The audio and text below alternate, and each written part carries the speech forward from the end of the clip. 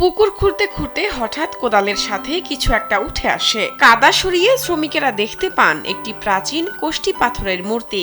বাসায় মাটি কাটতে ছিল না, তা আমি গিয়েছিলাম হাসিমের কাছে কাজের জন্য।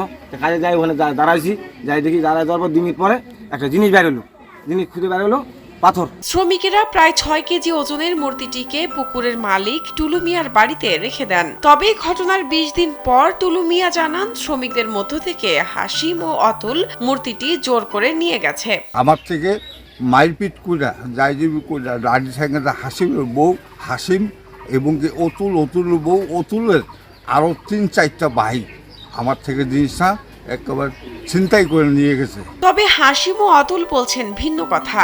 তাদের দাবি মূর্তিটি টুলু মিয়া সরিয়ে ফেলেছে।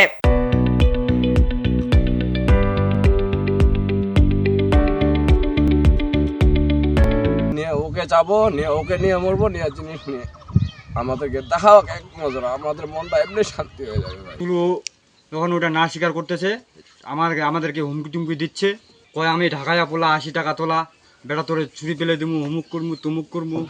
বর্তমানে টুলু মিয়া ও শ্রমিকদের মধ্যে এ নিয়ে বিরোধ চলছে।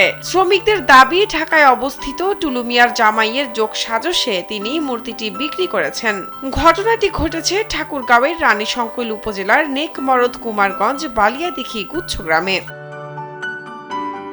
ঘটনাটি জানাজানি হলে পুলিশ ঘটনাস্থল পরিদর্শন করে। এ বিষয়ে বর্তমানে তদন্ত চলছে বলে জানান রানীশংকৈল থানার ভারপ্রাপ্ত কর্মকর্তা মোহাম্মদ আরশেদুল হক। আমার কাছে তথ্য আসার পর আমি বিষয়টা সহযোগিনে এবং গোপনে তদন্ত করছি। বিষয়টা অনেকদিন পরে শোনার কারণে সঠিক তথ্যটা পাওয়া যাচ্ছে না। তারপরেও আমার গোপনে এবং প্রকাশ্যে আমার তদন্ত চলতেছে। যদি কোনো তথ্য পাওয়া যায় বা এর সাথে জড়িত কোনো ব্যক্তিকে পাওয়া যায়, সঠিক তথ্য পেলেই আমরা আইনগত ব্যবস্থা নেব।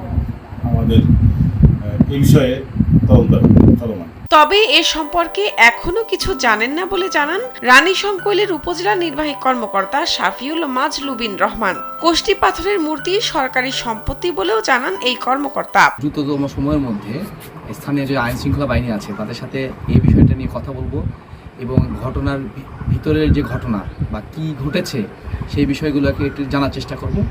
এরপরে যদি যেহেতু এটি যদি সত্য ঘটনা হয়ে থাকে তাহলে তো এটি সরকারি সম্পত্তি হবে।